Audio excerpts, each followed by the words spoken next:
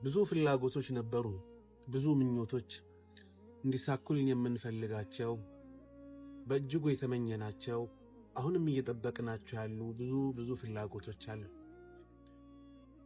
አላህንም በጣም ዱዓ አድርገንባቸዋል። አላህን በጣም ጠይቀናቸዋል። አጡብን፣ ከበደን፣ ማይሆን መስሎ ታየን። ወዳጄ አላህ አለ። አላህ ቁርአን ላይ እንዲህ ይላል፣ ወኡኽራ ለም ተቅዲሩ ዐለይሃ ቀድ አሓጠ አላሁ ቢሃ ወካነ አላሁ ዐላ ኩሊ ሸይኢን ቀዲር።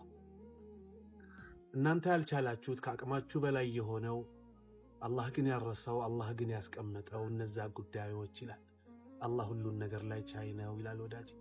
አዎ ወዳጄ፣ አላህ ሁሉን ነገር ላይ ቻይ ነው። ምኞቶችህን በሙሉ ያሳካልሃል። ፍላጎቶችህን በሙሉ ያመጣልሃል።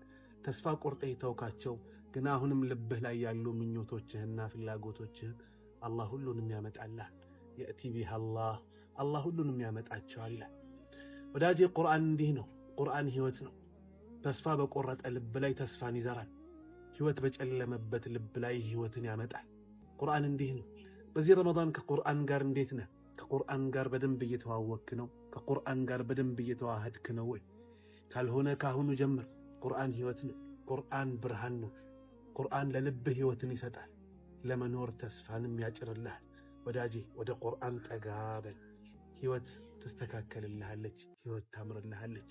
አላህ ረመዳናችንን ይቀበለን። ከቁርአን ጋርም አላህ ያስተሳስረን። አላህ ያስደስታችሁ።